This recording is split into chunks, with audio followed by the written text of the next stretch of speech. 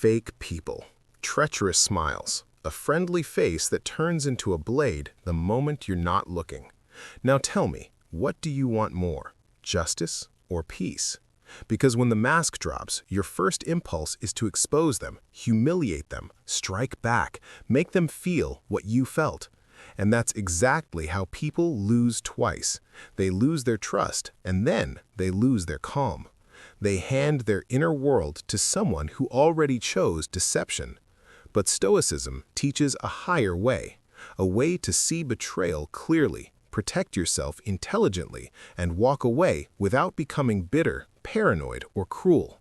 A way to handle fake and treacherous people without lowering yourself, without begging for closure, and without letting their behavior rewrite your character. Today, you're going to learn 7 powerful Stoic principles to deal with fake people so you keep your dignity, keep your peace, and leave the situation stronger than you entered. Advice 1. Don't be shocked by other people's character. One of the most painful parts of betrayal is not the betrayal itself, it's the surprise, the feeling of, "I didn't see that coming," the humiliation of realizing you trusted the wrong person. The Stoics train themselves to remove that surprise. Marcus Aurelius wrote that when you wake up in the morning, you should remind yourself you will meet people who are ungrateful, arrogant, dishonest, and selfish. Not because the world is hopeless, but because the world is human, imperfect, mixed, sometimes noble, sometimes petty. This isn't pessimism, it's preparation. When you accept that masks exist, you stop building your peace on naive expectations. You stop giving people unlimited access to your heart just because they speak sweetly. You move through life with open eyes, not a closed heart. And here's the paradox. Expecting that some people will be fake doesn't make you cold, it makes you free. Free from constant disappointment, free from emotional whiplash, free from the fantasy that everyone will treat truth with respect. So when someone shows you a dishonest side, you don't collapse, you don't panic, you don't lose your center. You simply see it for what it is, part of the game of life, not the end of your life. Advice 2. Master your reaction. You can't control what people do. You can't control the coworker who smiles in front of you and poisons your reputation behind you. You can't control the friend who uses your secrets as currency. You can't control the relative who hugs you and secretly hopes you fail. But you can control the only thing that truly belongs to you, your response. Epictetus said it plainly. It's not events that disturb us, but our judgments about events. Think about that. Their betrayal is an external fact, but the rage you feed, the obsession you replay, the bitterness you cultivate, that's internal, that's yours. And if you're not careful, their small character becomes a prison in your own mind. The Stoic doesn't deny pain. He refuses to be ruled by it. He breathes. He watches the impulse. He questions it. Does this deserve my energy? Does this deserve my peace? Am I about to become ugly just because someone else is? Mastering your reaction isn't weakness, it's power.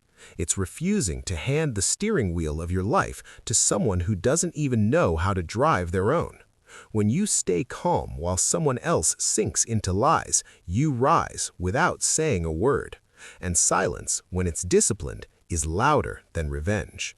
Advice 3. Treat their falseness as a test of your character. Nobody enjoys discovering they were played. It burns. It insults your intelligence. It makes you question your judgment. And the temptation is strong.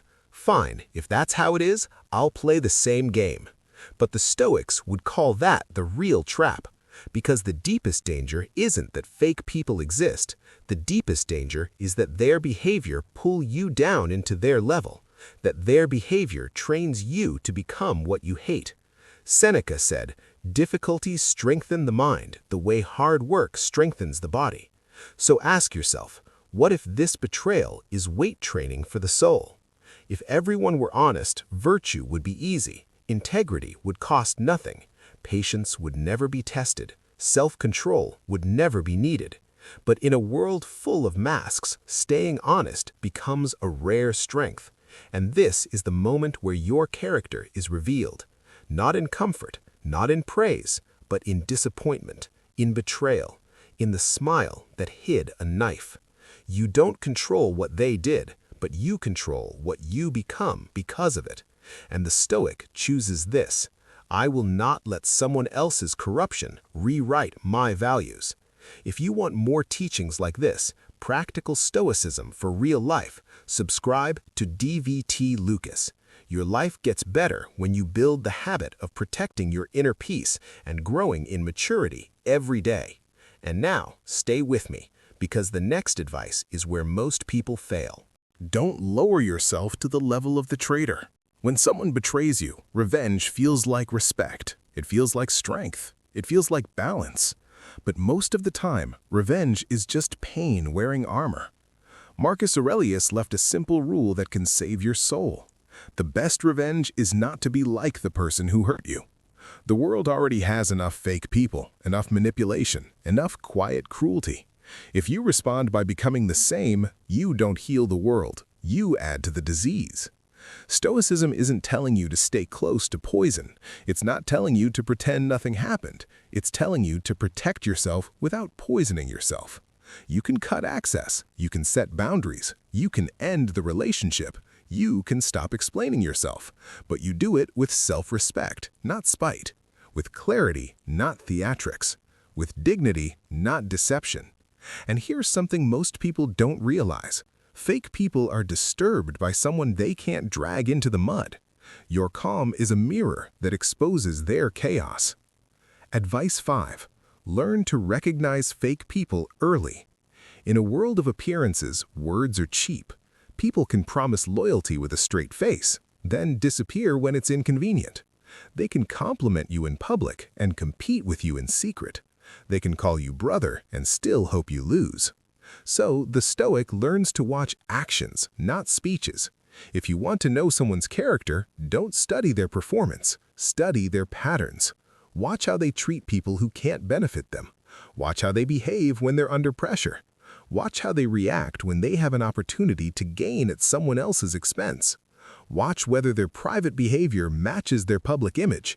Fakeness rarely announces itself loudly. It leaks through inconsistency, through small contradictions, through the way they twist facts, shift blame, collect allies, and sell stories.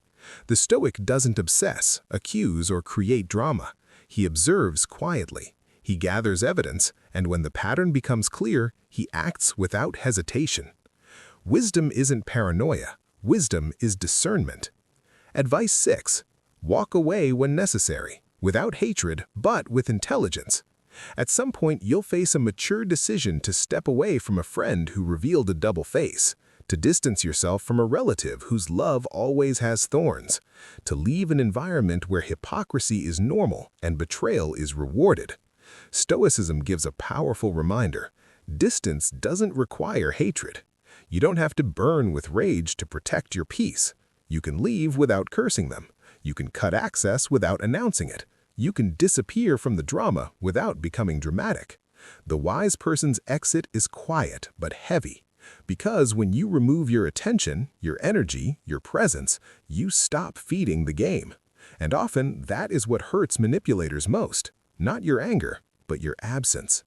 Walking away isn't cruelty, it's self-respect, and self-respect is a shield. Advice 7. Use their falseness as a lesson to never become the same. Every betrayal offers you two roads. One road turns you bitter, cold, suspicious, closed. The other road turns you wiser, stronger, clearer. The first road says, I'll never trust again. The second road says, I'll trust with discernment and I won't lose myself. Seneca encouraged learning from other people's mistakes, not to judge them, but to protect your own integrity.